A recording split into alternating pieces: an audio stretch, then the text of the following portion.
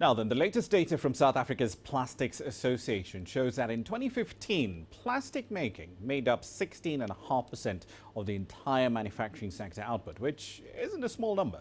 The industry also contributes roughly 1.9% to the country's GDP, and some 1.5 million tons of plastic is used in the country every year.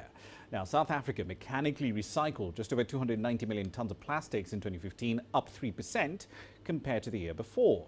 Angelo Coppola caught up with Annebe Pretorius, the General Manager of the South Africa Plastics Recycling Organisation, for the latest updates on the sector.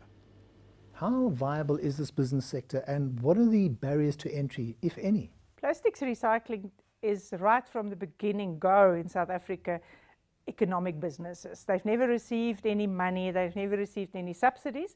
So as a result, they have to be viable. If they're not viable, they're closed down or mothballed. Biggest barrier to entry, I would say, is knowledge, because you need to understand what plastics, because you can't mix them, you can't throw different grades together, and then access to materials. But the most newcomers battle to find the right material and then know what to do with it, in essence. Now, the country has been suffering under an economic downturn for the last year, maybe 2 years. How has that impacted the plastics recycling industry?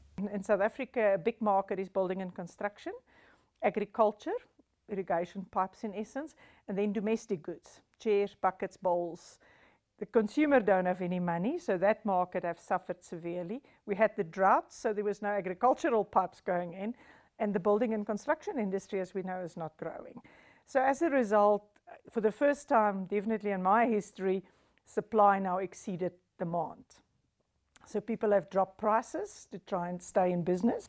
In terms of the competitiveness of the sector, how competitive are the players in this industry? To date, it was who can supply.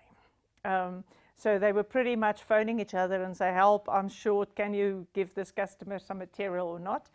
What's happening now is because there's too much, suddenly it's now whose material is better.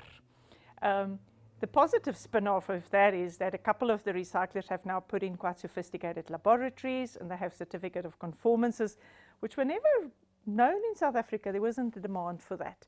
So competitiveness, they have to do all of that at a lower margin now because the price thing is still a big issue. Because the customer, which is the plastics converter, say, what is my benefit? Where can I get the best plastic for the lowest price?